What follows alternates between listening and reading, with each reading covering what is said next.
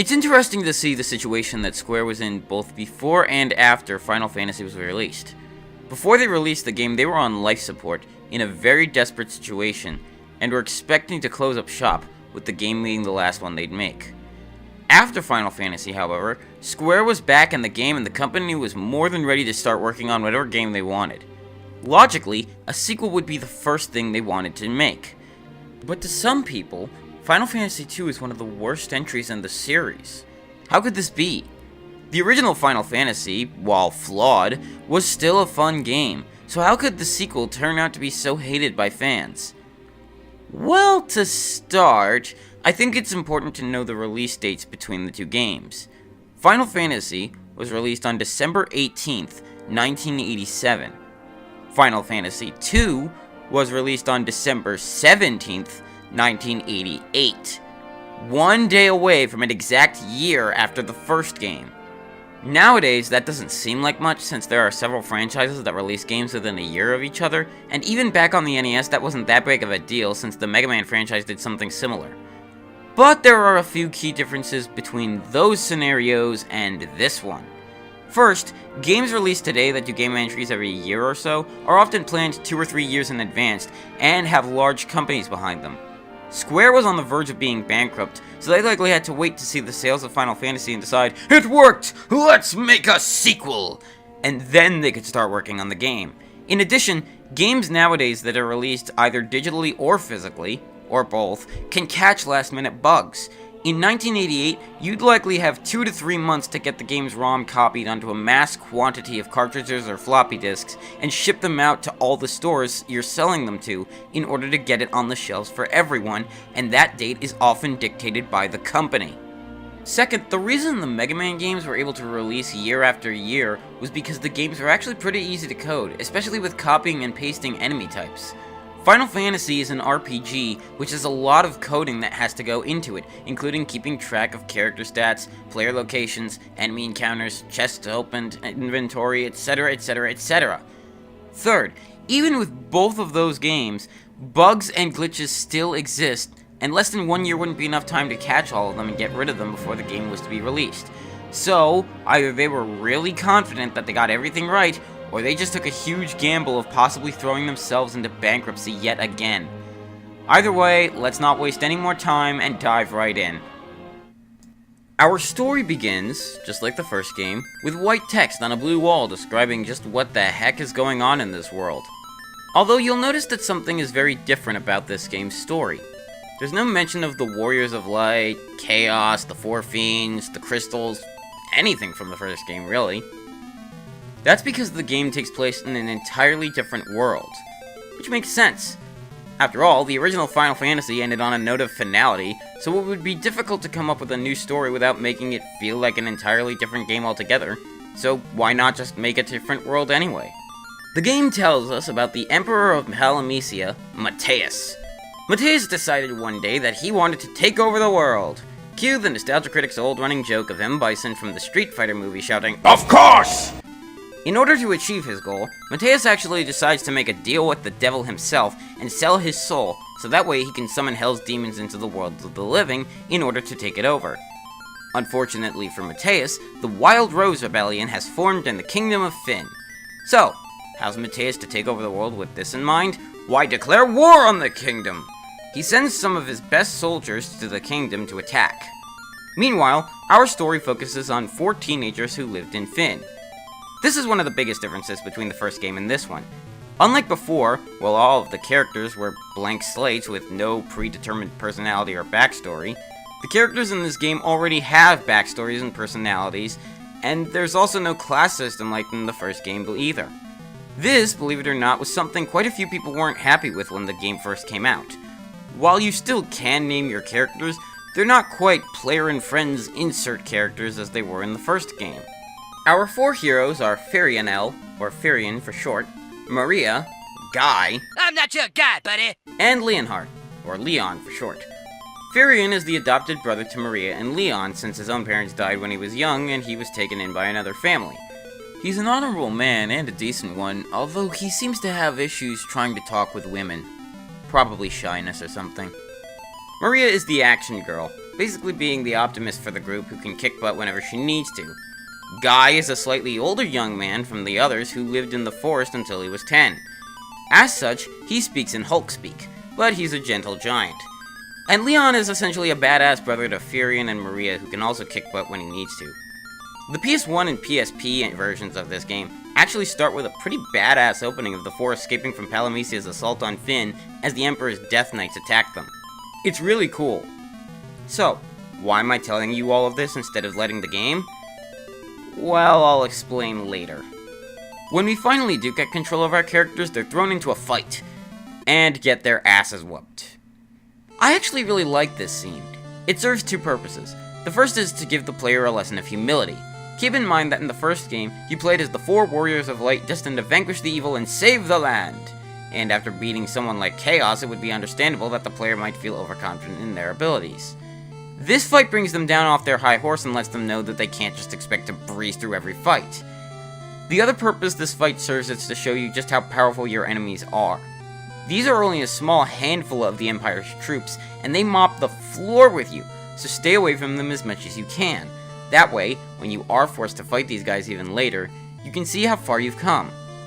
Admittedly, a force loss scenario like this is annoying, but this did come out in 1988 before this cliche would become much more common in video games, so I'll let it slide. When the fight is over, we find our group in the town of Altair. Not that Altair! Firion is currently unconscious, and the Princess of Finn, Hilda, is concerned over whether or not he will be okay. The White Wizard Minwu assures her that Firion will live. The two leave for a meeting, and Firion wakes up looking for his friends. He finds Maria and Guy, but Leon is nowhere to be found. The three go to Hilda to ask if they can enlist in the rebel army, but with how young and inexperienced they are, Hilda doesn't want them throwing their lives away. Maria points out that they have nowhere to go, so Hilda lets them stay in the rebel base as long as they want. She also hints that there were people being taken to Finn as prisoners, so maybe Leon was brought there after the battle. In the meantime, she tells them that the password of the rebels is Wild Rose, and that anyone who knows that term would know who they are. This introduces a system that I actually really like, the keyword system. When talking with some NPCs, you'll sometimes see certain words that are in brackets that you can memorize. Then, when you talk to other NPCs, you can repeat those words, allowing them to give you extra information or even progress forward. Outside of the rebel base is a good example of how to demonstrate the keyword system by talking with 3 specific NPCs. The first is Paul, a slick thief with a code of honor, since he doesn't steal from anyone who isn't an Imperial. His home was in Finn too, after all. Next is an old man in the weapons shop in town. He acts like he doesn't know anything, but if you mention the Wild Rose to him, he'll admit himself to be Tabul, the blacksmith of the rebels. And finally there's Gordon, the Prince of Kashuan Kingdom. He's depressed because his brother has gone missing, and he's too afraid to ask Hilda if he can take up arms against the Empire, since he thinks she'd turn him down. By the way, I should probably bring up why some of the key places and names that are in the game are different to the way I'm saying them. This is due to the fan translation I'm using. This is the most well-known translated version by someone named Neo Demiforce, who made this back in 1998. It's alright, but it is heavily outdated since the GBA and PSP versions of this game came out and showed that this version is full of mistranslations. If you honestly want to look for a more accurate translation of the Famicom version, I highly recommend checking out the patch made by Chaos Rush, who fixed the translation to be more accurate to the GBA version, while still being faithful to the original Japanese script. But since I have all this footage of the Neo Demiforce version, I'm still going to use it. I'll just give the real translations rather than the weird English that's going on in the version I used, just like I did with the first game. Anyway, at some point you'll need to get ready to go to Finn, which of course means grinding. Since there's no boss fight for a while, we'll talk about combat here. Combat has been changed up a lot since the first game. For one, there's no longer a drink option available. Instead, potions and the like can actually be equipped to characters from the pause menu outside of battle, and then you can use them in battle under the equip option, which also lets you switch around weapon and armor pieces at your leisure as long as they're equipped onto the right character. In addition, you can now use attacks or spells on each other, though I wouldn't recommend it. You can also target multiple enemies and allies with spells no matter what spell you're using, which is also neat. You'll also notice that we can see both the current and max HP for both characters, as well as something known as MP. This is one of the biggest changes from the first game. Gone is the D&D style of magic, and instead, you have the MP system. By spending a certain number of points in the MP pool, your character can use any spell that they know. Magic is also learnt differently. Instead of just having the characters be directly taught the spell, you instead buy or find magic tomes and use them outside of battle to teach a spell to someone. But tomes can also be used as items in battle to cast a spell in case you don't have MP and it's an emergency. Another big change to the game is formations. I forgot to mention this in the last video, but in the original Final Fantasy you could place your characters in a formation from top to bottom, where characters near the top were targeted more often. Here, the order is always the same, so to make up for that, you can now place characters in one of two rows. If they're in the front row, they can hit with melee weapons, but if they're in the back row, they're less likely to be targeted and can still be as effective with bows, which are a new weapon in this game, and magic. Okay, I've put this off long enough. There's one thing that Final Fantasy II is known for above all the other things in it, and that's its growth system. You'll notice that characters don't have any actual levels in the game, and don't receive experience when beating enemies. That's because instead of a nature-based growth system, like in the first game, Final Fantasy II uses a nurture-based system, otherwise known as the skill growth system. Depending on what you do in battle, your stats will grow individually. For example, swing a sword at an opponent, not only will your skill with a sword go up, but so will your strength. Get attacked by an enemy, your HP, defense, and evasion will all go up. Even the spells grow like this. There's no longer 4 different shops that sell 4 variations of the cure spell. Now, there's only one variation of cure, along with the other spells. But you can level the cure spell to be more effective, starting at level 1 and able to reach all the way up to level 16. However, if you stop doing certain things, their stats will go down. Not using white magic, your spirit lowers. Not hitting enemies with your weapon, your strength degrades. Many people hate this, but I'm actually quite fond of it in theory. For one, it encourages creating your own classes. You can have a black mage who uses swords, a pure healer who stays in the back protecting themselves with shields, a full-on warrior with no magic that's skilled in every form of combat. Hell, you can make your characters all-purpose if you want, though that'll take a really long time. I decided to go a specific way.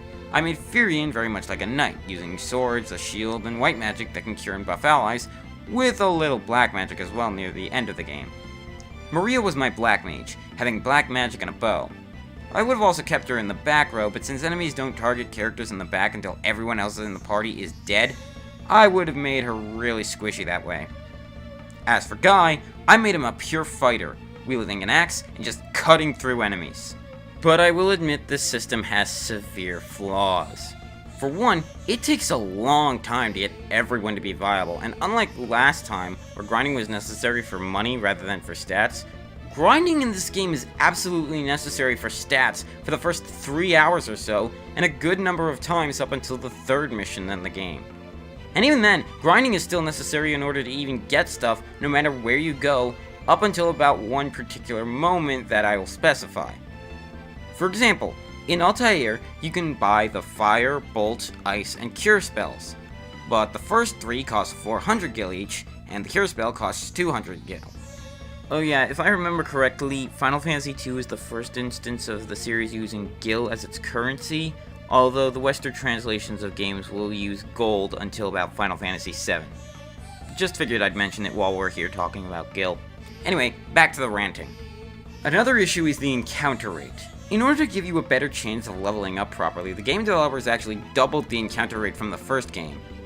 It's not a problem in the overworld, but in dungeons, it is a complete pain in the ass, since you'll often walk 3 to 5 steps and get into another fight. On top of that is the fact that there are some rooms in dungeons that have nothing in them, and when you go into one of these rooms, you're put very close to the center, so when you try to leave, you might end up having to fight 2 fights in a row, and when this happens, you'll be getting lost a lot. It's even worse in the PS1 remake, since before each fight, the camera will spin around beforehand, likely making you very dizzy as a result, and even confusing you more. Because of this, and I really didn't want to do this, I was pretty much forced to use a guide, just so I didn't essentially get sucker punched while trying to go through a dungeon. Third, this kind of leveling system has caused players to make the characters beat up on each other in order to level up faster, which is something an RPG should never do. You're supposed to fight the enemy, not yourself. There is a way to level up faster than that, but I don't like it because it's essentially cheating. See, there's a glitch in the system called the confirm cancel glitch. Basically, if you select a command for a character to do something, and then cancel out of that command, the game forgets that you canceled the command and gives you credit for it anyway.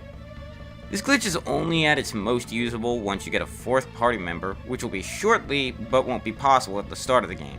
Of course, I made it a goal to try and go through the game without exploiting this glitch or making my party members attack each other, since I wanted to show that it's possible to beat the game fair and square, but I am human, so errors were still unintentionally made, thus causing the glitch to happen. Plus, it still gives you credit if you do go through with the command, but it didn't happen anyway because the battle ended early. Of course, that combat glitch I mentioned last time is back. Characters still miss if they swing at an enemy who died before their turn, but it's even worse now since enemies can now run away from a fight, making it even more frustrating. Thankfully, your offensive stats still grow if you swing and miss, but then there's the issue of gil. Unlike last time, where you get a set amount of GP for every enemy, here it's at a certain range. So, one fight you might face some weak enemies like goblins, and then in the next fight you'll end up battling a much tougher enemy or group of enemies like hornets, or some of the late game monsters, and get less than you did fighting the goblins. Let's just get back to the story. Eventually you'll make your way back to Fynn, where the place is crawling with guards.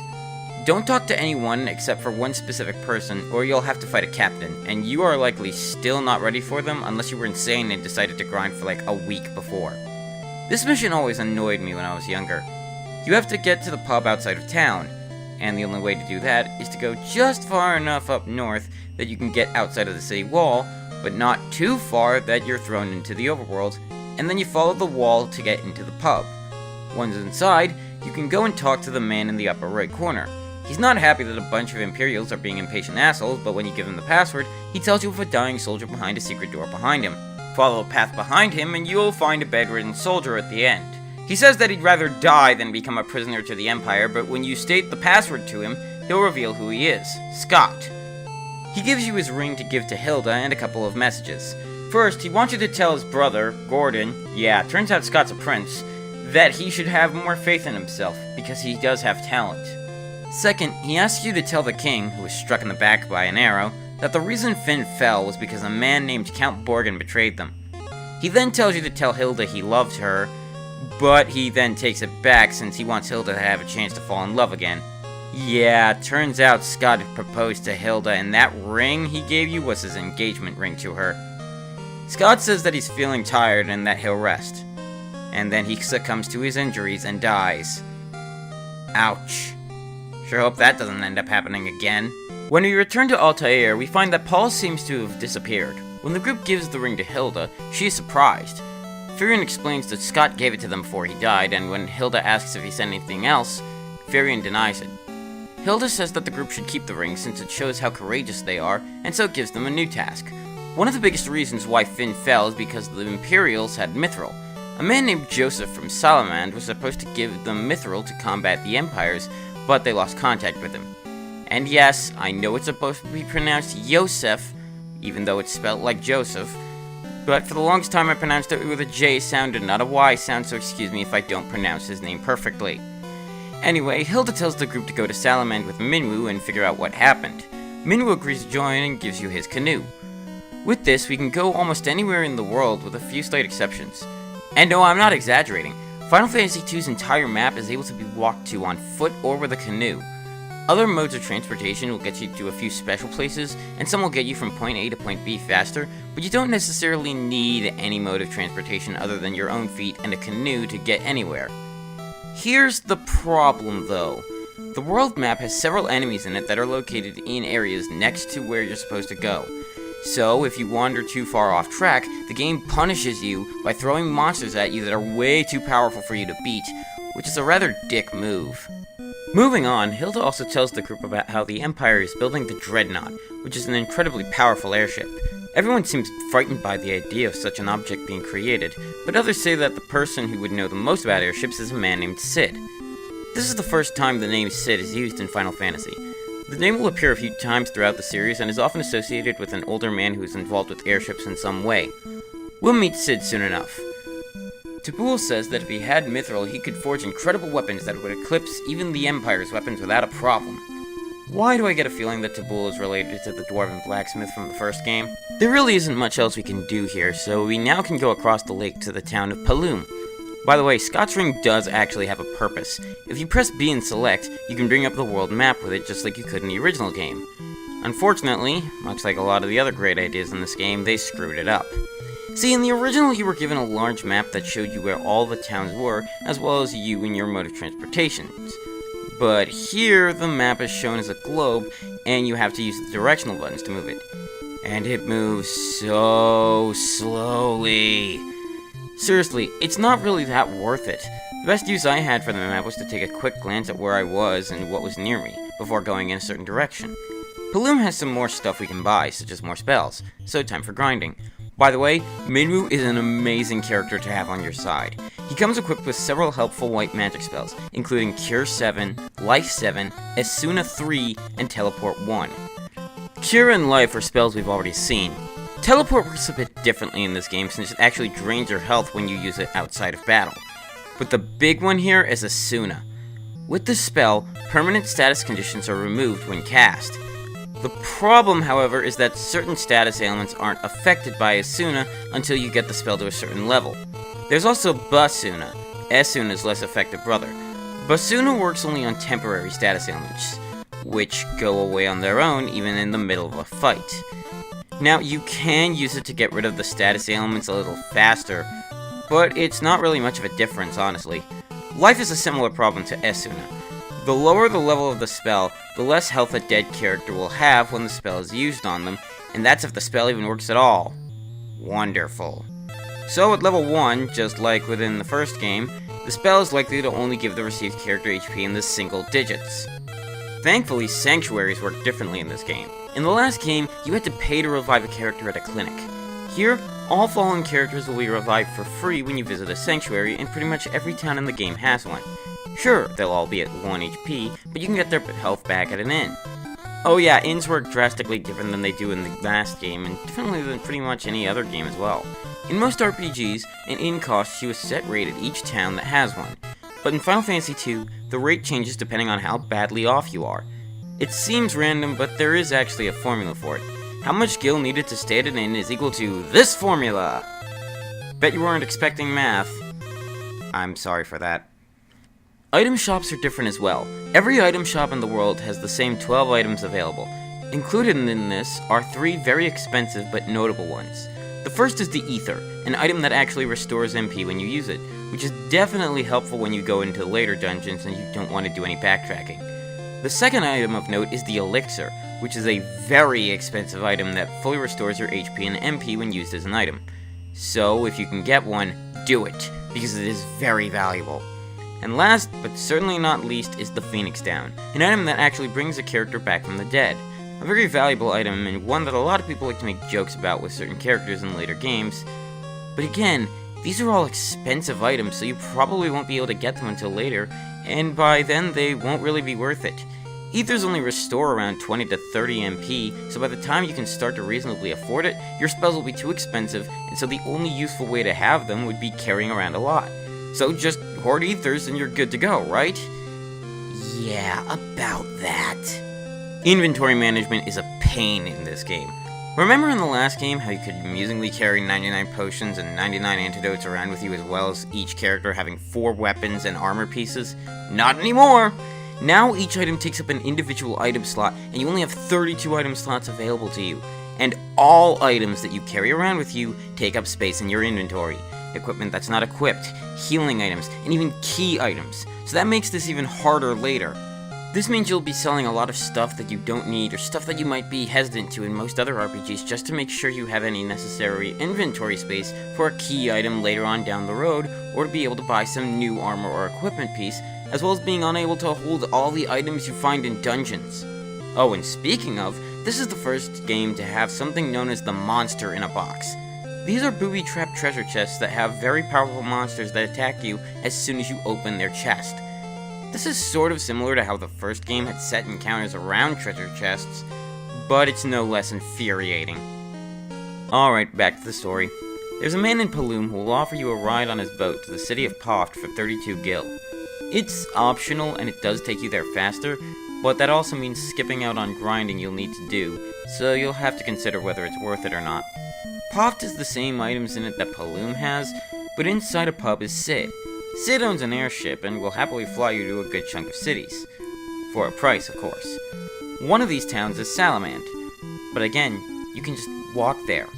Once we get to the snow-covered yet somehow the land outside of the city limits besides the mountains to the north don't have any snow on the ground city of Salamand, we can get some more things and talk to Joseph. Joseph isn't in much of a talking mood, however, until you mention the Mithril. He then admits that there is some in Summit Falls, but that the Empire has captured people from town and forced them to work in the cave to mine Mithril. And what's worse is that this includes Joseph's daughter, Nellie. Well, we're off on a rescue mission, I guess. Summit Falls is a pretty easy dungeon, but the problem with it, much like with other dungeons, are the dead ends and trying to go through it without wasting resources or decreasing any of your stats from under use. The biggest issue here, however, is magic conservation. The problem with this version of the MP system is that the higher the level of the spell, the more MP it uses. If you're mindful, it won't add up too quickly, especially later in the game, but it's still something you have to be careful with. As such, I find it better to just not buy certain spells unless you think you're going to use them at some point. A lot of the buff and debuff spells are spells that you won't really need, honestly. The only ones I would especially use are the spells that actually do damage or that can heal you. Not only does this save you gil, but it also levels up your spirit and intelligence quickly without decreasing your strength. Unfortunately, I didn't realize this until I was about halfway through the game. When we get to one room near the end of the dungeon, we find Paul. Oh, so this is where he went. Paul was captured by the Empire and forced to work here, but now that we've freed him, he and the other workers are free to go, including Nellie. Although it's notable that there are several piles of remains all over the room, likely of other workers. How many of them died before we were able to rescue them? Anyway, if we continue on, we find an Imperial Sergeant who guards the Mithril, and so we'll have to go through him to get the item. Oh yeah, that's another issue I have to bring up with this game. The boss fights. Bosses in Final Fantasy II, for some reason, have extremely high physical defense.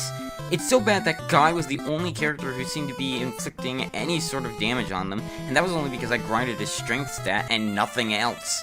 If you don't have a black mage in your party, bosses can become incredibly annoying to deal with, and this is true even in the remakes. Although there is one way to use physical attacks to get through them, though we won't get to utilize it until later. Once we kill the sergeant, we can get the Mithril in the nearby chest and can finally leave. We can now head back to Altair and give the Mithril to Tabul, who will then forge Mithril weapons that we can buy. We buy the Mithril weapons and return to Hilda for our next task. Now we are to go to the town of Bafsk to go and destroy the Dreadnought. Supposedly, the project was, up until recently, being overseen by someone known as the Dark Knight. No, not Batman. Anyway, the Dark Knight supposedly only showed up recently, and up until shortly before we got back, he was the one supervising the Dreadnought's construction, though now that job belongs to Borgin, that asshole who betrayed Finn. So we need to go to Bafsk. You know, I'm starting to sense a pattern. All of our missions seem to be in the order of talk to Hilda, go to place, do thing, go back to Altair, repeat. It's actually kind of getting annoying. There's no sense of doing any sort of exploration or performing some quest. Instead, it just feels like we're running errands. I don't hate it, but it just feels like a really aggravating way to prevent us from going to places that we're too weak to go to. Rather than wandering around and exploring the world like we did in the first game, where we find the missions on our own, here it feels like there's so much hand-holding and that the game feels we're not smart or mature enough to go anywhere on our own. Actually, I wouldn't be surprised that those monsters being way too overpowered if we stray too far from the path are punishment for not doing what we're told. Even though in some cases, the game never explains where the hell we're supposed to go. But didn't you say that this game holds your hand too much? Yeah, but it feels like it's punishing us without telling us what we're supposed to do exactly. In the first game, they at least gave you some hints about where you're supposed to go and let you explore the world. Were there locked up places? Sure, but you found your way around on your own. The game didn't hold your hand and tell you what to do or where to go. Here, the game tells us what we're supposed to do, but not where that place is without so much as a hint, and then punishes us for not knowing any better. And yeah, sure, you can use the map to find where cities are, But as I said before, not only will it not show you everything, but navigating the map is incredibly slow, and you might end up wandering in a direction you're not supposed to go. It's like the game makes up its own rules, tells us some of them, but then punishes us for not knowing all the rules. You know what? I don't think I've seen anyone who's talked about this game ever bring this up. It's not as big as the annoying encounter rate, stupidly tanky bosses, or weird as hell growth system, but it is a negative point towards this game, and it's not a minor one. And you want to know the worst part about this? These quests could have been major ways to do character development. The reason I said all that stuff about the characters at the beginning is because none of the 3 permanently playable characters that we have, Varian, Maria, or Guy, ever actually have any sort of true character development. Sure, it's a Famicom game, but we know nothing about their backstories or personalities, despite them having pre-made backstories and names. There is backstory to them, but we don't get any of it. All that stuff I mentioned, the only reason I knew about it was because of the instruction manual of the PSP version, as well as the Final Fantasy Wiki. But as we'll see, all the characters that join temporarily do give us backstory, personality, and character development. So it's not like this is just something that comes with Famicom RPGs, since they do so in the game itself. Okay, extremely long rant over. Back to the actual story. So we're told by Hilda that there's actually a spy in the Empire's ranks in Bafsk. We just need to find who it is. Once we go in there, we find Count Borgin, the traitorous asshole, and the spy. We know he's a spy because he badmouths Borgin while in a guard uniform. Talking to him and saying the Wild Rose password makes him get out of the way to a passage into the Bafsk sewers. Supposedly we can go through the sewers to get to the Dreadnought. The sewers are a mini dungeon that doesn't take too long to go through before we reach the end. But once we do, the Dreadnought suddenly powers up and takes off. The Dark Knight and Borgin both taunt our heroes. When they head back to Poft, we find many of the townspeople have been killed in the attacks. Crap. Several towns have been eradicated by the Dreadnought. When we head back to Altair, we find that, miraculously, the Rebellion's base is safe and that several townspeople have made their way inside to safety. However, things still aren't looking much better. The King's condition has gotten worse, and it's likely he won't make it. Minwu leaves the party so that way he can stay by the King's side and help to ease the pain. Hilda states that they need to stop the Dreadnought first before they can go after the Empire, since the ship is their best weapon. But how do you stop a ship like the Dreadnought? Well, Sid might have an idea since he's an airship engineer. When we talk to him, he says that the best way to destroy the Dreadnought would be to destroy it from the core by disrupting it with something known as the Sun Flame.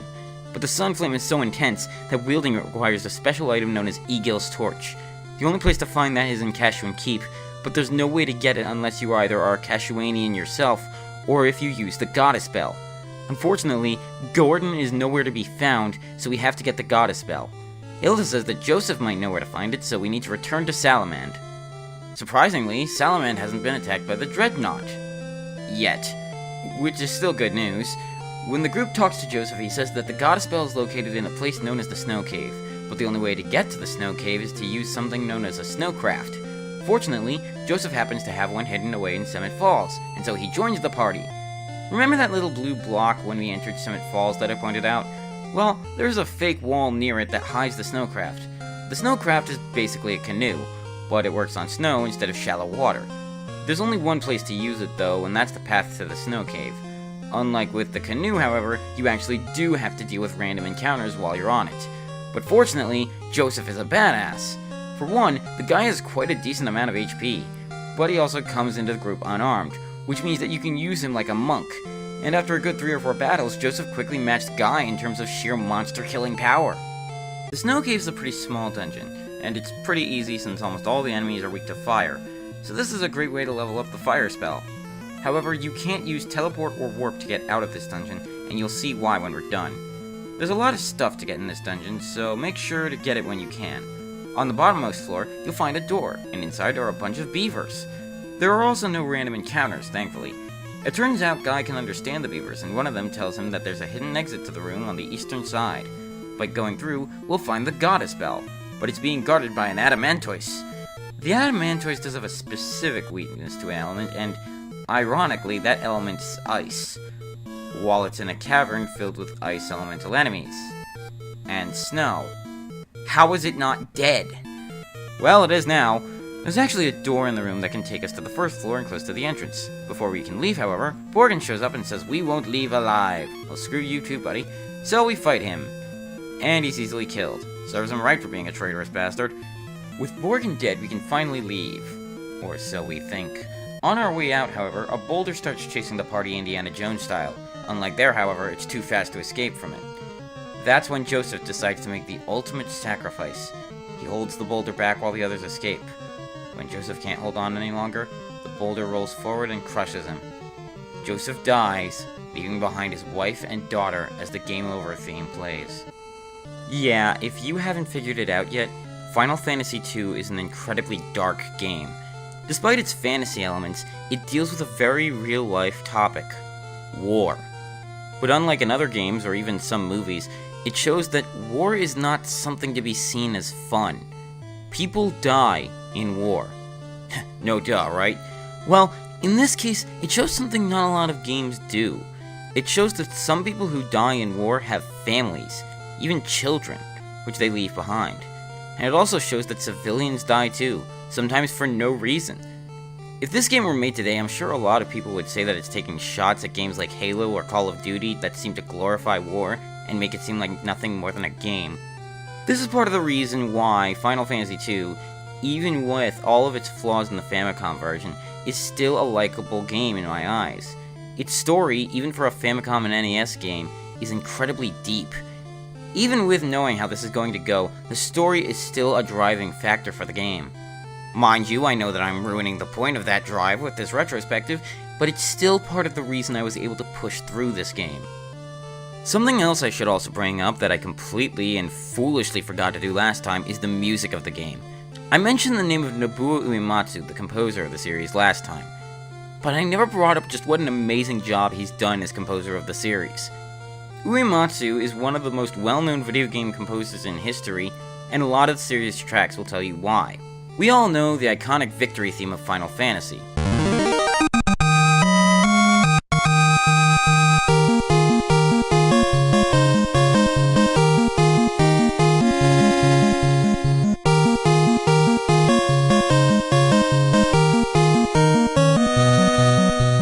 But Uematsu also composed the beautiful prologue theme from the first game.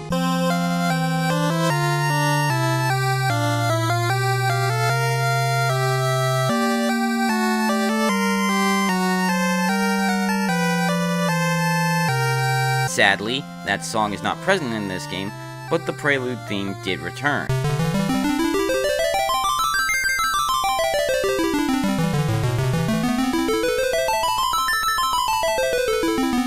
Although Uematsu himself only took about a minute to compose it and hated it at first, he seems to have grown fond of it since then. In this game, his music helps with the dark atmosphere of the game. First is the overworld theme. The previous game's overworld theme was one that gave you a sense of adventure and fun.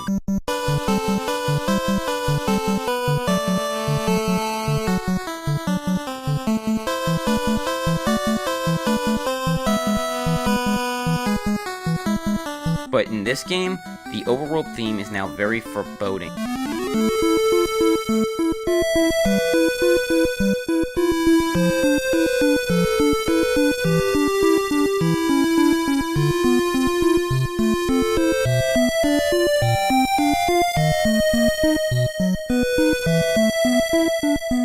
It serves as a warning to you, telling you that the world is dangerous and harsh, and one where you're likely to die.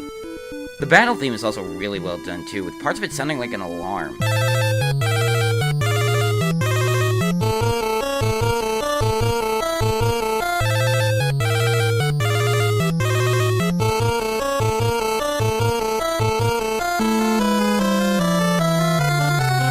The Rebel theme, however, is my favorite theme from this game.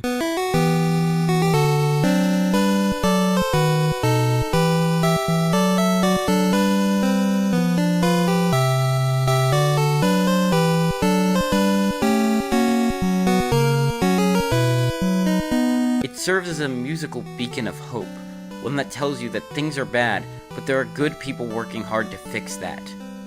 Getting back to the story, we return to Hilda and she tells the group to head to Cashwind Keep and that she will arrive with Cid once the group gets the Sunflame. When we get to Cashwind Keep, we use the God spell to open the gate. And on the other side, we find Gordon. Gordon says that he had gone to Cashew Keep to get the Sunflame, but that he had faced a lot of resistance from the many monsters inside. However, he figures that if he were to join up with the group, then they could get to Eagle's torch to get the Sunflame. And so Gordon joins. And boy is he a step down from Minwoo and Joseph. Gordon has no magic and very little offense. He has a spear and a shield, but those aren't much, and he has no ranks in them. What Gordon excels at seems to be defense, since his HP is pretty decent. Fortunately, I had plenty of money I could use to equip him with stuff and have him keep up with the rest of the group. But story-wise, Gordon's appearance here brings up a very obvious point, one even Hilda brings up. If Gordon hadn't gone to Cashewan, then we wouldn't have needed to get the Goddess Bell, which means we would have never encountered Borgin in the Snow Cave, which means Joseph would have lived. Ironic, really. By trying to show how brave he is, Gordon ended up causing Hilda to not want anything to do with him, which is exactly what he feared. Well, hindsight is 20/20, as they say, Gordon. Cashewan Keep is a weird dungeon. For one, some of the normally trapped rooms actually have stuff in them, so now you actually do want to check some of these. But beyond that, the enemies on the lower floors are all enemies we've encountered around Poft and Salamand, while the enemies on the upper floors are tougher. This includes Adamantoises as being random encounters. At the end of the dungeon is a living flame known as Red Soul, which guards Eagle's torch. Okay, no problem, just attack it with magic. Or at least, that's what you'd think. Sadly, the Red Soul actually absorbs magic, meaning you have to hope that you can deal enough damage to take it out. Even worse is that it has magic spells that you probably didn't expect to find.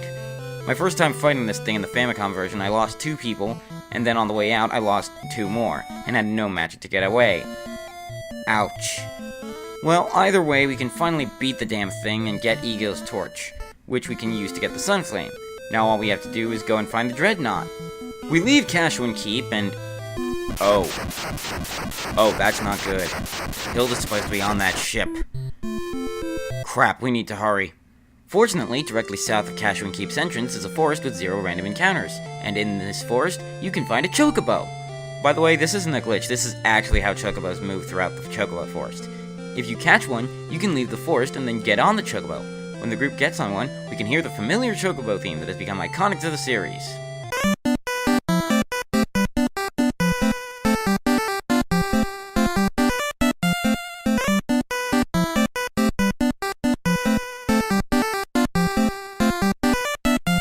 Okay, granted, it's pretty simple, but this is the first entry in the series to have them. Although that shows its own issues. There's only one area in the game to get a Chocobo, and that's the Chocobo Forest.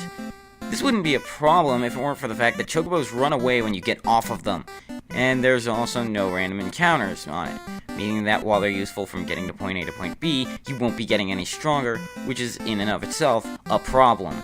For now, we need to get back to Altair. According to the NPCs in Altair, Hilda was captured by the Dreadnought, but the ship landed northwest of here to stock up on supplies. So that's where we're going. So, the Dreadnought. Oh, sweet lord, I hate this dungeon. I absolutely despise it. This dungeon is the first of the death dungeons in this game. Remember those? The dungeons of extreme annoyance and testing hatred? Yeah, this is one of them. This dungeon is a good example of how the level design in this game is absolutely horrific. I didn't mention this before, but most of, if not all of the dungeons in this game are 3D mazes. I say 3D mazes because of the multiple floors that almost every dungeon has. The Dreadnought is absolutely horrific. The dungeon not only is filled with narrow corridors, but much like the Marsh Cave from the first game, there are enemies that can stun and or poison you here. But the lack of magic restoring items is what really makes this annoying. Actually, I take that back. The lack of magic restoring items is a problem, but the worst problem is that once you rescue Sid and Hilda, you can't leave.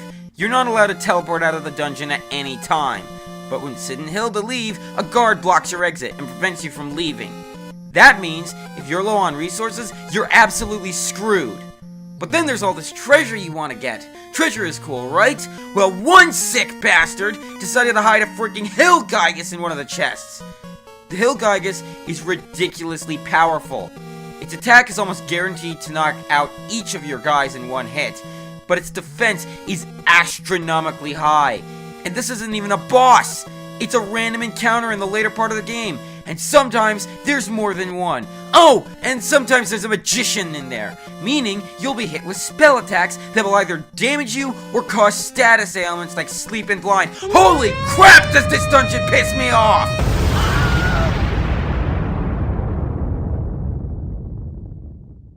The only way to get around this dungeon is to grind. That's it. You have to grind until your stats are so overleveled that not even the Hill Geigus can stop you. But even that's a problem in the Famicom version, given how aggravating the level system is. This dungeon is a lot like Final Fantasy II itself. The characters get killed a lot, it's annoyingly difficult, and it's poorly designed, even if the story of it is great. Well, the show must go on, right? One thing I will mention that I don't think anybody else that talks about Final Fantasy II ever states is that this is the first game in which if you use the cure spell on undead enemies, they'll actually get hurt by it. And, assuming it doesn't miss, the life spell can actually kill them instantly. And that's something to think about.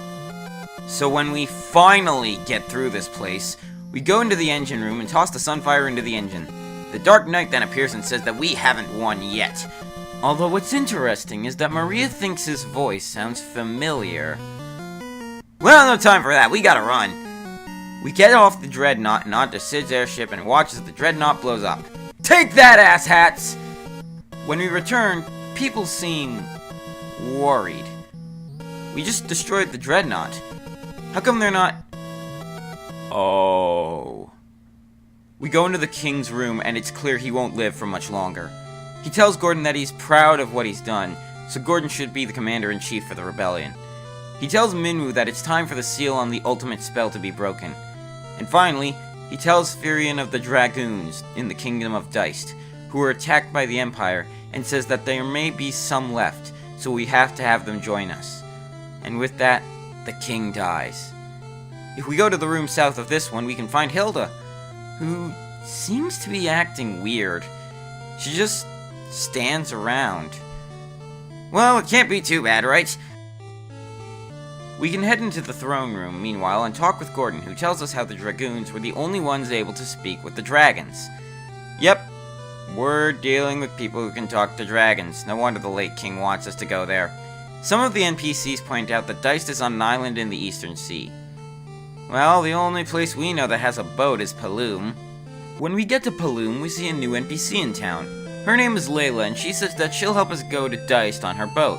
Maria thinks this is awfully suspicious, but come on! It's not like she's a pirate that will try to Shanghai us, and so we'll be forced to fight a crew of pirates like we did with Captain Big's crew and then get the boat from her when we win, just like in the first game. The boat in this game is much more useful since it unlocks the few places we can't walk to in the game, but without the need to land at a port or the mouth of a river like we did in the first game. We can land at literally any location on land, except for mountains, and start walking around right away. Plus, in addition, we also get Layla. Layla's not a bad party member, but she's really not as great as Gordon was near the end. She's supposed to be proficient in daggers and swords, but a glitch in the game prevents her from being at her most useful. Oh, what a shock! Despite allowing you to equip 2 weapons at once and showing you swinging 2 weapons, the game will only calculate damage based on the first weapon, so the second one might as well not even be there. And honestly, Layla's best weapon is knives anyway. Her defensive equipment is alright, but her offensive equipment is terrible. Fortunately, if you got the main gouge from the Dreadnought, then you're good, and even then a mithril dagger will still work. She also has a bow, which she's proficient in, but it's a long bow, so it's not as good. Besides, Maria's been doing most of my archery work anyway. Layla is also equipped with a silver cuirass? Chorus? I don't know, I need help with that pronunciation. And a golden hairpin, which gives her resistance to lightning elemental attacks. Speaking of, she also has Bolt on her, and it's already at level 2, so if you need more magic damage, Layla can fill that role as well. She's not a bad character, since she can fulfill plenty of roles, but it'll take a while before you're used to her being in the group. Now, while we could go to Deist right away, we can actually do some sequence breaking by heading along the coast off the area south of Altair until we reach a river. From here, we reach the town of Mysidia. We aren't supposed to be here this early, but by doing so, we gain some really powerful items and do some helpful grinding since Mysidia is home to some very powerful monsters, including the Flans, which are practically immune to physical attacks, and Marlboros, which are large mouths with enough tentacles to create a year's worth of hentai for Japan. Thankfully, with Maria, these enemies are susceptible to magic, and because of this, we can get some really cool things, including the Ogre Killer Axe, the Knight's Armor, and even the Holy Spell long before we should normally get them. This is also a place to get the Ice Shield, which means you can get it without having to deal with fighting a Hailgigas. But do bear in mind that all of this stuff is really expensive, so it's up to your choice whether or not to get it. Also beware of the cockatrices, because they can petrify you, just like in the last game. Once we do finally get everything we need, we're off to Deist. When we go into the castle, we see a young boy who seems rather hesitant to talk to us. Following him, we end up meeting a woman who explains what happened. Turns out that all of the dragoons and their dragons that they use as mounts were poisoned by Mateus, and there's only one dragon left who's dying. In order to understand it, we need to go into the nearby Deist Cavern in order to talk to it. Oh boy, the Deist Cavern. This dungeon is very similar to the Earth Cavern from the first game in that it's not a dungeon as bad as, say, the Dreadnought, but it's still annoying and tedious to get through. The dungeon has a lot of stuff that you want to grab, but unfortunately, you probably won't have the inventory space to get all of it. And even worse is that in this dungeon are soul enemies, which have thankfully had their defense reduced, and Hailgigases, which are annoying as hell. Although, now that Guy has the Ogre Killer, he seems to be capable of possibly one-shotting them, and the group seems to tank their hits very well. Well, unless they're low on HP or the Hailgigas gets a critical hit, but still, like I said, it's not that this dungeon is bad or one of the worst I've ever seen. It's just tedious and annoying to have to go get stuff, leave the dungeon, go sell the stuff we got, come back, and try to remember where you were going 5 minutes ago after having to pay attention to other things. I found the corpse of a dragoon very quickly and I took a pendant from his corpse. With the pendant, we can understand the dragon. The dragon asks us to take its egg to the Spring of Life in the Deist Cavern. Oh, come on! I was just there! It really is just like the Earth Cavern. Both are mazes, both make you have to visit them a second time with a key item. Both spawn annoying enemies, including the undead. The only thing that makes the Deist Cavern slightly less annoying is that thanks to the existence of ethers and elixirs, magic isn't really something you have to worry about too much. In one chest, we find the Mage's Staff, but it's guarded by green souls. Oh man, these things have to be tougher than the regular soul enemies we've been fighting. That's a basic rule in 8-bit and 16-bit games. If the enemy is a palette swap of another one, it must be more powerful. Who knows what these things are capable of?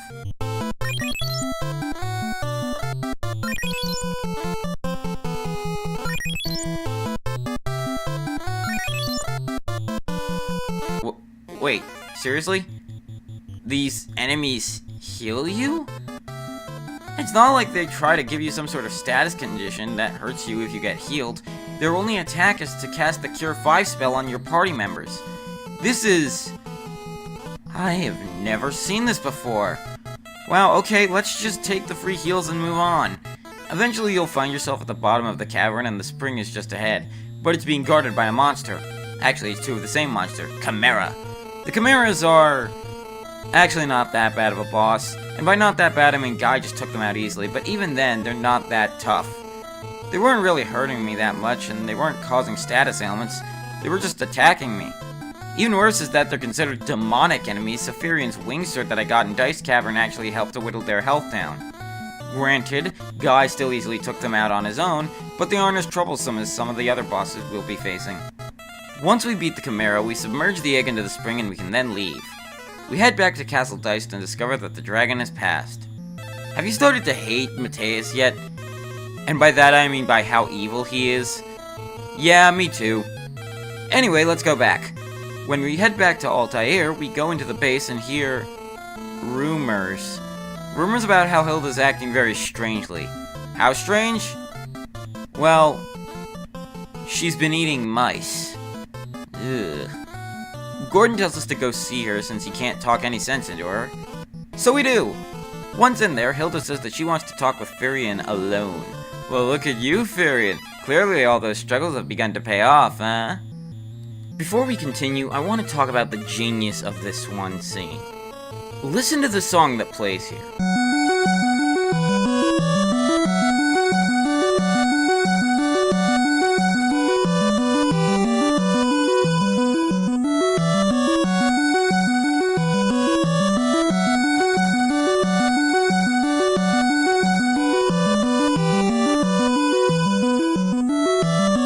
familiar, doesn't it? Those who are fans of the theater, or who actually know a thing or two about culture, will recognize this as the theme of the ballet Swan Lake. The story of Swan Lake is about a princess who was cursed by an evil wizard into being a swan and was only able to be human during certain nights, and the only way to transform back is to marry a man who has never felt true love before. One night, the princess meets a prince who is told to look for a bride but has rejected all brides that have come forward to him since he's not really interested in getting married. The two fall in love and agree to marry, but they must wait until the princess can be human again. However, the evil wizard then learns of this and sends his daughter, also known as the Black Swan, to disguise herself as the princess to trick the prince. And, well, that should tell you what's really going on. Yeah, this isn't really Hilda. And just before Firion is about to be killed by the fake Hilda, Layla breaks open the door and the group, with Firion, battles against the Lamia Queen. Now, the Lamia Queen is often considered to be one of the most infamous bosses in the entire series. This is mostly due to how her boss fight works. The Lamia Queen will use her charm ability to confuse one of your party members and force them to attack their teammates, but she can also use her basic attacks to hit like a truck and make them fall asleep, while having a large amount of HP. The basic idea is that the Lamia Queen locks out your options, thus making it a more difficult fight. And usually, this seems to work. Usually. The thing is, since I did so much grinding over by Mysidia and got the items over there equipped onto all of my party members, it wasn't much of a fight. Guy, the one threatening team member I did have, didn't get confused and tanked some hits from both Firion and Maria while striking down the Lamia Queen in 2 hits. So yeah, Guy's probably the MVP of my team. With the Lamia Queen defeated, we received some rather dire news. It turns out that Palamisia is holding a competition at their Colosseum, and the grand prize for this competition is none other than Hilda herself. Gordon offers to go with us to get Hilda back, and Layla offers to stay behind and help organize the rebellion in Gordon's absence. So, off we go to the Colosseum in Palamisia. Trying to get to the Colosseum is actually kind of difficult. You could try to go there on foot, but that would take forever and a half, so unless you've somehow gotten rid of your entire inventory save for the key items, and then bought nothing but cottages, walking would be the worst idea. It is south of the Chocobo Forest, so you could just go to that and ride down to the Colosseum, but then you'd have to walk back. And in order to get to there by boat, you have to go past Mysidia and walk around a part of a mountain range, which means you'll be running into some pretty nasty monsters, including some chimeras and even antlions, which are even powerful enough to put a dent into Guy's HP with just one shot. But it is the best of the 3 options, honestly, and you'll be fighting the monsters anyway, so why not? Once you do get into the Colosseum and enter the arena part of it, you finally see Mateus himself. But before you can get up to him, he locks you into the arena and forces you to fight. And who is your opponent? A behemoth. Yep, these guys originated in Final Fantasy II as well. Behemoths can be tough since they're giant tank monsters, but since I had to fight some while I was grinding in Mysidia, I knew what to expect. That and, well, Guy just tears through them. Are you not entertained? Are you not entertained? Is this not why you are here? Anyway, once we cut down the behemoth, we walk over to the Emperor to receive our prize. But he seems to know our face, so he immediately has us thrown into a prison underneath the Colosseum. Well, we're screwed, aren't we? Just when you'd think that we are, Paul shows up and kills the guard for us, so we can escape. The Colosseum is another mini-dungeon. There isn't really much to worry about, and most of the enemies are ones we've already beaten, save for the new Spectre enemy, which can cast the Break spell that can petrify someone. You might want to bring some gold needles. On the floor above the one where our cell is, we'd find Princess Hilda. When we unlock her cell, she seems surprised that Gordon came with us, but he happily helps to rush her out of the prison. And then once we get out, we can head back to Altair. At the entrance to Altair, some guy tells us that the rebellion is finally ready to wage an assault to take back Fynn, so we have to go help. The base camp is actually located west of Gatria, so it's not far from where we are. We find out that the monsters have entered into Fynn, and so we can use the chaos as a distraction to invade the castle. Once inside, we're reunited with Layla and head up into the castle's throne room. Once in there, we fight the man who's been residing in Castle Fynn. It's... Gatos? Who the hell is Gatos? Well, anyway, Gatos is a pretty easy boss fight, all things considered. He can hit like a truck, but that's about all he can do, and my team is so tanky that he didn't really do that much to us. Anyway, once he's defeated, Hilda and Gordon come into the throne room.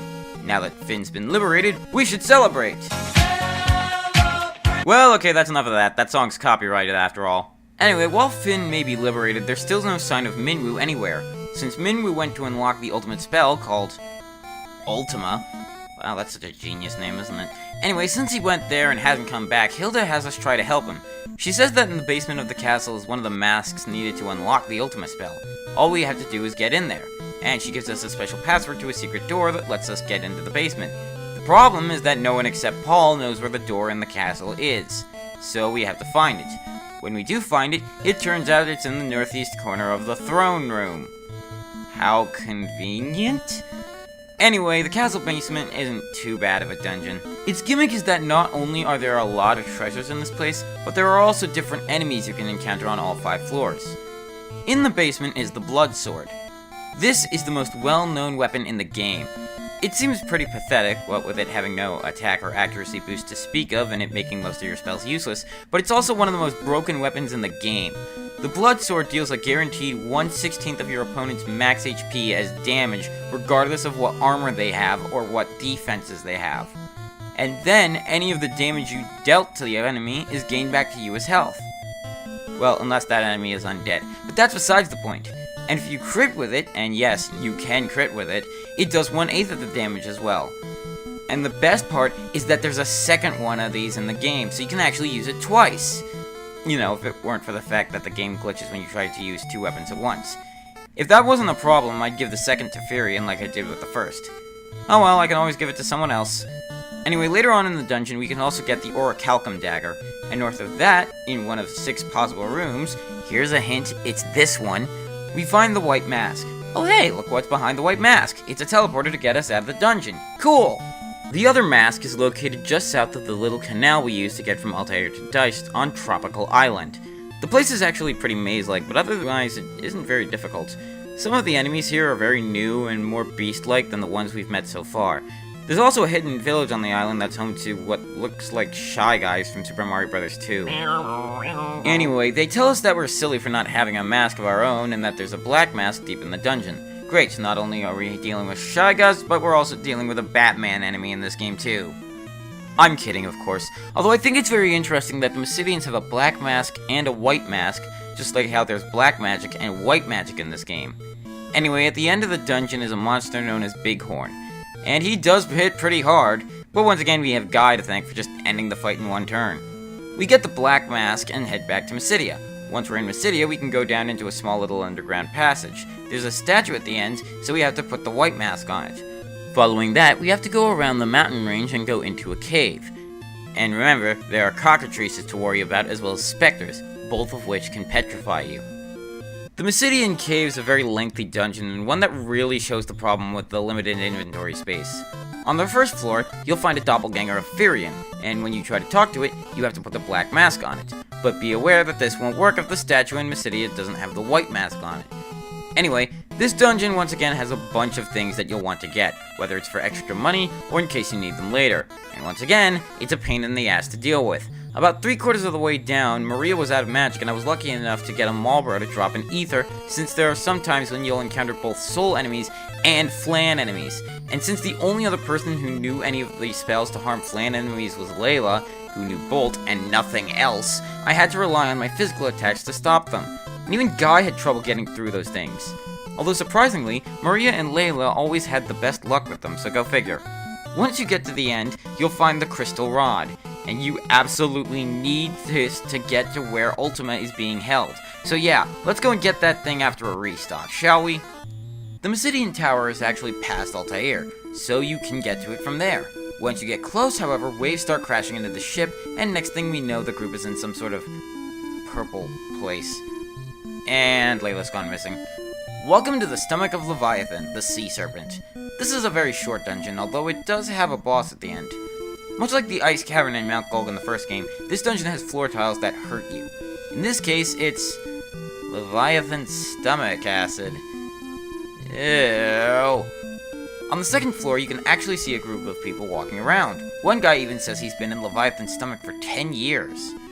Dude, how are you still alive? Turns out Leviathan is the last protection before you get into the Mysidian Tower, and that he will swallow anyone who has a crystal rod in their possession. Inside the stomach, you also meet a man who wants to know who we are. If you show him the crystal rod, he tells you that he's actually Ricard Highwind, one of the Dragoons of Deist.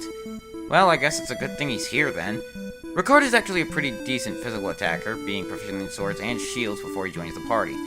His defense is pretty okay as well, but his HP could use some work.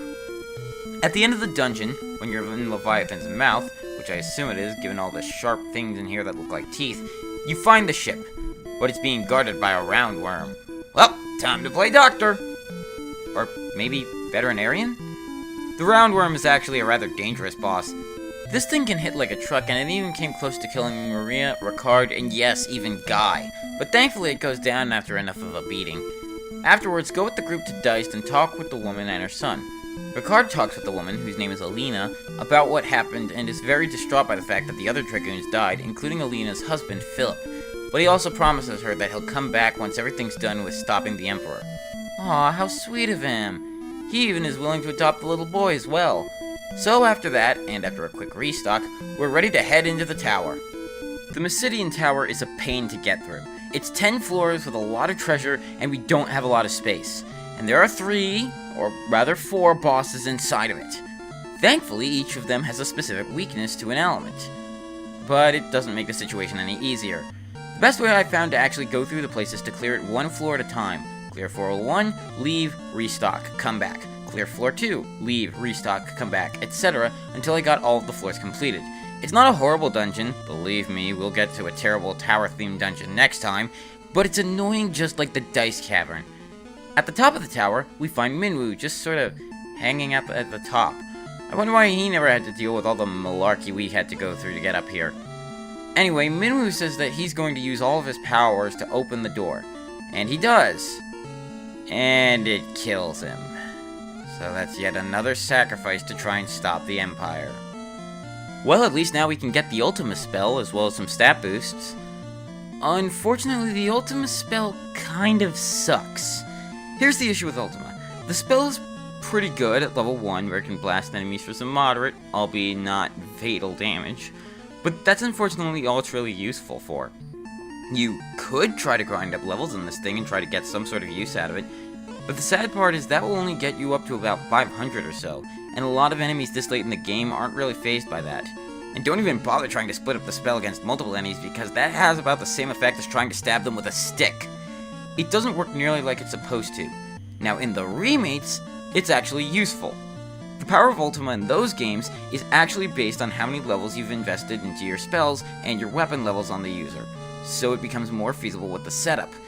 But we're playing the Famicom version, and this just highlights the problem with the leveling system also affecting spells.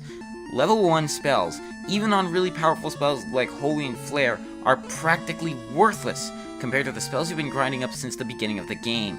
In later versions of the game it's not an issue, but here it's a huge problem, especially for those that like mages so much. Like me. Anyway, now that we've gotten Ultima, despite how pathetic it is in the first outing, we can head back to Altair. What happened to Altair? I can't even get in. What's going on? Oh crap, the princess! When you head back to Finn, oh my god, they even got Gatria. You'll see a small little tornado in the northeast. Talking with everyone, you find out that Mateus created the cyclone as a way to snuff out the rebellion. And he's waiting there for the party. So what you're telling me is that most of the rebels challenged the Empire, but then died in a tornado. Thanks for the contribution, Bill. When you talk to Paul, he calls you nuts for trying to challenge the Emperor himself when he's on the Cyclone, but that if you are to challenge him, that you need to look by his bed. He's hinting at the fake wall by his bed that hides his treasure trove. And inside is, believe it or not, another blood sword. Oh, and some armor and stuff, but you can sell all of that. If we go into the throne room of Castle Finn, you find out that Layla somehow is alive. Well, thank goodness for that. No, seriously, out of all the deaths we'd had to face, the fact that at least one person survived when they seemingly shouldn't have is a miracle and a relief.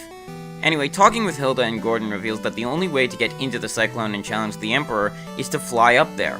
Fortunately, there's a way.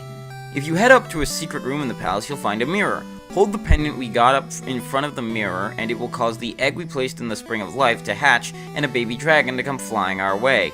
Awesome! When you head over to the Cyclone, the dragon will automatically fly us up there. How nice of it!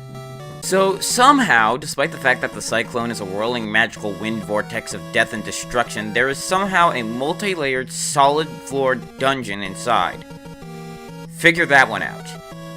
Anyway, the Cyclone's a pretty simple dungeon. Its gimmick is that almost every floor has 2 stairways. One stairway leads to treasure, while the other moves on. But there's some pretty useful stuff in here to get, including the Poison Axe, which is even more powerful than Guy's Ogre Killer. Wait, it gets better. While I was going through this dungeon, an enemy I defeated dropped a Rune Axe, which is even more powerful. So if you thought Guy wasn't a killing machine before, think again. Anyway, going through the dungeon nets us some cool stuff like diamond armor pieces. At the end, we finally face down Mateus, who calls for a guard. And then after we defeat those guards, he calls for more guards. Wow, what a wuss. But then, after all that, he finally faces us with some more guards as well. Mateus really isn't much of a threat, especially with Guy. His guards are pretty easy to beat since they're the basic enemies we fought on the way up, and he even went down in one hit. So all this build up, and he just drops dead. He then claims to be immortal before dying. Yeah, sure buddy. Anyway, hooray! The Emperor's dead! So the game's over, right? Hell, some of the NPCs are even dancing. Nope. Remember that Dark Knight that's been antagonizing us? Well, now he is running the Empire, and, in a shocking twist, it turns out that the Dark Knight is none other than our old friend Leon. Yeah, remember Leon? He disappeared at the beginning of the game. Seems that Mateus was giving him some good old-fashioned mind control, and that's why he acted the way he did. So, how are we going to stop Leon exactly? Well, if we head to Paul's house, we find that Sid is actually there. And he's not in very good shape. Turns out the Cyclone had sucked him up and damaged him pretty badly. He tells us that he needs someone to take care of his airship, and so he gives it to us, telling us that it's just outside of Palu. And then he succumbs to his injuries. You thought the killing was over? Not yet, I'm afraid. But hey, we've got the airship now. Just like with the last game, you can use the airship to fly at any part of the world you want without random encounters. You just have to be able to land it. And fortunately, this thing is the only way to get into Castle Palamisia. Oh boy, is this dungeon a pain. It's a bit of a mix from the last 2 dungeons we've done. It's very long, multi-floored, and has a lot of straightforward paths, and some paths that lead to treasure. But this time, the difficulty is cranked up a bit due to a lot of powerful enemies, such as a more powerful Marlboro, as well as a creature known as the Imperial Shadow. Basically, the Imperial Shadow is the Emperor from his boss fight in the Cyclone, but with boosted stats and the chance to curse your team. And Curse is a very bad status condition to get, because it weakens both your offense and your defense. It's a rare encounter, one that I was unfortunate enough to get, but it's also a set encounter when you're going for a specific treasure, the Thunder Spear. Fortunately, I was able to emerge from both fights victorious, even if I needed to use a few elixirs. Anyway, once we get to the top floor of the dungeon, we come across Leon, who stands ready to strike us down as the new ruler of Palamisia. Maria tries to intervene, given that this is her brother and all, but it doesn't seem like it works. But then, suddenly, there's a rumbling as something appears on the throne. He's back. Yup, Mateus is back. How? Why? Okay, get this. So, you know how the Emperor basically sold his soul to the devil to command Hell's army? Well, that kind of stuff ends up sending you to Hell itself. However, while in Hell, Mateus challenged the devil to a fight. Yeah, you heard that right. Emperor Mateus, the guy whose ass we kicked without so much as a challenge, thought he could take on Beelzebub in a fight. And he won! No, I'm dead serious. This is actually canon. So now, since he basically won in a fight against the Prince of Darkness himself, Mateus has now become the new ruler of Hell, and now has become intent on bringing the Rapture to the world, bringing up Castle Pandemonium from Hell, and demolishing his old castle. But before he does that, he decides he's going to kill the group. Before he can, however, Ricard gets in the way and basically holds Mateus off while the group leaves. You've made a valuable sacrifice today, Ricard. They end up going back to Finn, and Firion asks Hilda if Leon should be allowed to join, and she says that's up to them to decide. Maria basically asks him to join us again, and Leon's just like, sure. So hooray, the gang's all back together now! While Leon may be back, we still need to find a way to get into the castle.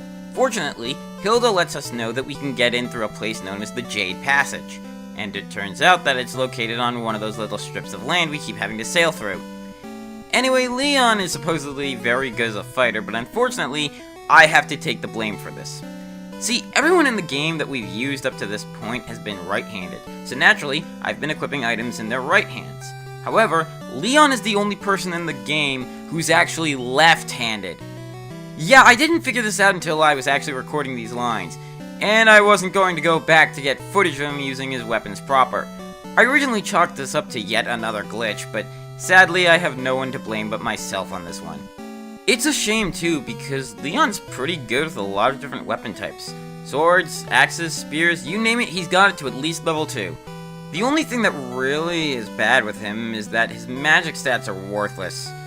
I mean, you could give him spells, but why would you want to? They'll start at level 1, and by the time you get him, Firion and Maria, and possibly Guy if you have him using magic, have probably already got the useful spells to at least level 7. Anyway, before we move on, we can actually fly back to Deist and talk with Alina. When we tell her what happened with Ricard, she's very heartbroken, but she understands that it had to be done.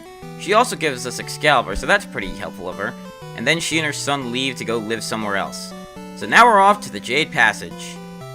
And boy is this a rough one. The Jade Passage itself isn't the problem. No, the problem is what happens after. The Jade Passage has some really strong monsters in it, but at the end of the dungeon, you're actually transported to Castle Pandemonium itself. But here's the thing. Just like with the Chaos Temple from the first game, there's no way to leave the castle besides teleporting out. But if you do that, then you have to go through the Jade Passage all over again. I basically decided to just sell everything I had that wasn't a key item, buy a few Phoenix Downs, and then spend the rest of my money on elixirs. I mean, I wasn't gonna need money after this, so why not? And while doing this, I also cleared out the treasure of the Jade Passage and sold those so that I had more than enough elixirs for when I went into Castle Pandemonium itself. It was also to try and grind up Leon's stats as well, but it was still helpful, if not taking a while. Anyway, the castle itself is a very tough challenge, befitting of a final dungeon. And before I say anything else, let me just play for you the theme of this place, because it is badass. Well, not as badass when in 8-bit, but it's still an amazing song.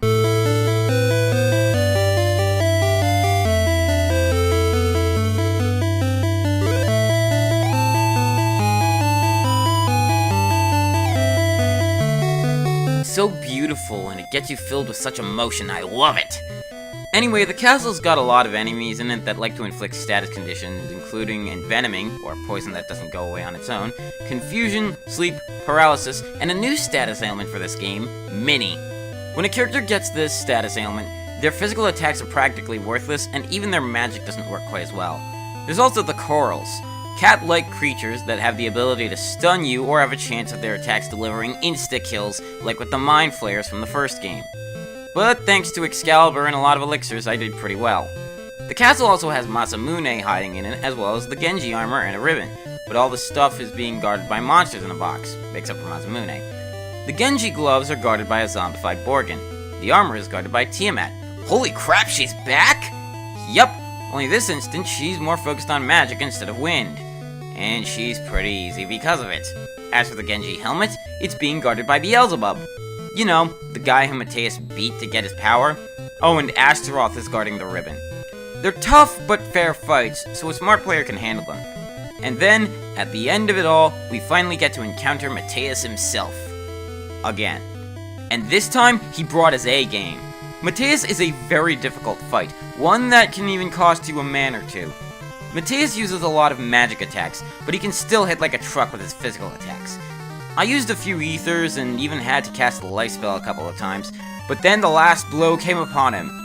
And it was by Leon of all people! Nice job, Leon! Mateus is surprised we beat him a second time and then lets out a as he dies. And so our heroes escape the castle and return to Finn. Hilda and Gordon congratulate us on our success. Nellie, Joseph's daughter, says that she thinks her father would be proud of what we did. Layla goes back to piracy, and everything seems well. Firion, Maria, and Guy are ready to rest up for a bit and stay together. Leon, however, seems unsure of himself and leaves on his own as penance for his actions as the Dark Knight. Firion lets him go, but not before saying that one day they'll reunite. After that, our heroes are watched over by the ghosts of their fallen comrades, and then the credits. Oh boy. Yeah, if you couldn't tell by the day and a half I just spent telling you that this game is bad, let me clarify. This game is bad. I mean, there are likable things about it, but for every step forward it takes, it also feels like it takes a step or two backwards. The biggest issues are in the gameplay. Now, as I said, I like the concept of the level and combat systems in theory. The idea is the creation of Akitoshi Kawazu, who did work for this first game as well. Supposedly, the guy wanted to make the gameplay more revolutionary. Yes, even back in the 1980s, game designers cared about making revolutionary games. And it can work. Not only is the system much better in the remakes, particularly the GBA and PSP versions, but Kawazu also used this system for the basis of another series of Square games, the Saga games. And the first game of the series was released over here in the US under the name The Final Fantasy Legends for the Game Boy, much like how the first, second, and Setsu game was released over here as Final Fantasy Adventure. So yeah, this kind of gameplay and leveling can work when done right. But Final Fantasy II's shorter development period meant that the system never got the tweaking it desperately needed, hence why there's so many problems with it. Also, I feel like they copy and pasted some of the same code for some of the spells from the first game into the second, since some spells still don't work, including Dispel.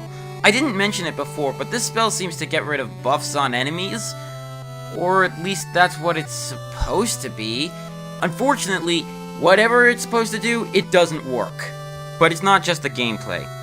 The fact that our main characters, and I mean the ones that are in the party permanently, are so bland and uninteresting despite supposedly having pre-established relationships and personalities is a huge letdown. Everyone that comes into the fourth character slot is just so much more interesting in my opinion. Now that being said, the story is still very intriguing, even for a Famicom game, and Mateus is a huge reason why. Sure, the guy may not really get directly involved like later villains do, but that's because he shouldn't have to. He's the Emperor. Unless fecal matter is hitting the fan, there is no reason he should be directly involved with any action that happens. That's not to say he does nothing. Mateus is what I like to call a chess master villain. Basically, he stays one step ahead of his opponents in everything. Just when it looks like they get the upper hand, he takes it back from them. He's not really the best villain in the franchise since he has no real reasoning for doing what he does, or any real personality other than, I'm evil, mwahaha. And he is pretty stereotypical with the wanting to take over the world and whatnot, but he is an emperor. Emperors usually want to expand their empire as much as they can. Also, something I noticed about the story is that it seems familiar. Just stop me if this sounds familiar to you.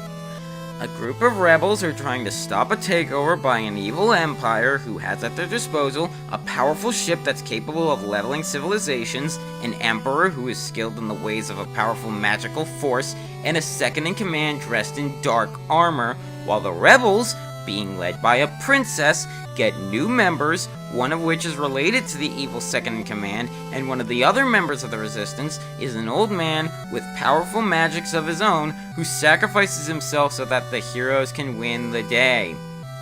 Sounds familiar, doesn't it?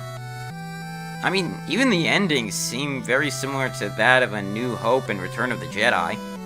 Okay, Star Wars wasn't the only story to use these tropes, or even use them all at the same time, but it's still rather interesting, isn't it? So yeah, Final Fantasy II isn't exactly a fun game, or at least the original wasn't, but it was still a successful one. Square had tried to localize it, much like they did with the original Final Fantasy, but the first game hadn't been released in America until 1990. By the time Final Fantasy II even had a working beta, the Super Nintendo had already come out, so Square decided to instead translate the most recent entry in the franchise at the time instead of this one. The game was originally going to be called Final Fantasy II Dark Shadow over Palakia. If Palakia is supposed to be the translated version of Palamecia, that's really bad. The beta cartridge is still out there somewhere, and it's been sold for a very high price. While Final Fantasy II wasn't nearly as good as the first game, it still did a lot for the series, and it even has a cult following despite being the black sheep of the franchise. But Square heard the criticisms of the second game, and so they decided to fix things up with the next entry. How well did that do?